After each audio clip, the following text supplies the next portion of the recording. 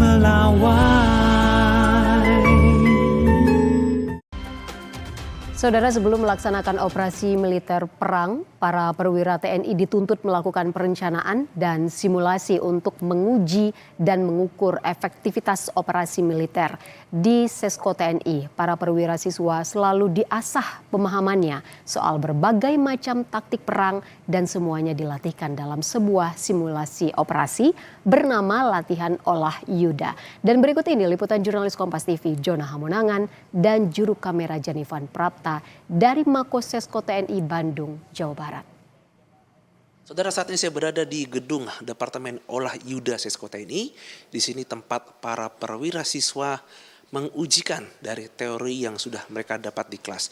Untuk mengetahui terkait dengan apa saja isi dari ruang dari OU Sesko TNI, saat ini saya sudah bersama dengan Komandan Sesko TNI, Marsikal Madya TNI Arief Widianto. Mungkin Komandan boleh jelaskan apa saja isi ruangan dari OU ini? Oke.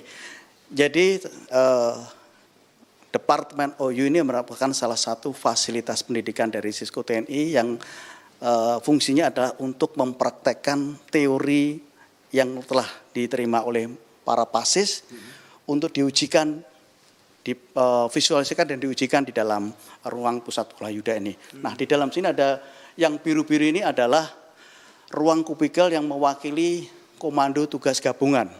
Jadi itu ada 7 komando tugas gabungan, mulai dari Kogas Utgab, Kogas Latgab, Kogas Ratgab, kemudian Kogas Litnut, kemudian ada Kogas Lanhante, ada Ratmin, kemudian Amfibi. Nah, ini ada tempat para pasis, mereka ini akan mempraktekkan atau memvisualisasikan perencanaan operasi yang telah mereka buat di masing-masing ruangan ini. Nah, kemudian mereka akan siapkan sebelum mereka nanti diuji di ruang tactical floor game. Nah, kalau Komandan ada Red Force, apa maksudnya Komandan? Ya, ini adalah ruang yang mewakili musuh, yang nantinya simulasi musuh yang akan kita adu dengan rencana operasi yang telah dibuat oleh para pasis. Ya, jadi mereka ini biasanya di sini adalah para dosen sendiri yang membuat perencanaan sendiri, dan tentunya mereka akan selalu berkembang taktiknya. Mereka akan selalu berkembang untuk bagaimana cara mereka harus bisa berusaha untuk mengalahkan rencana operasi yang dibuat oleh dari para pasis yang biru ini. Cukup menarik ya, ada ruangan namanya AAR.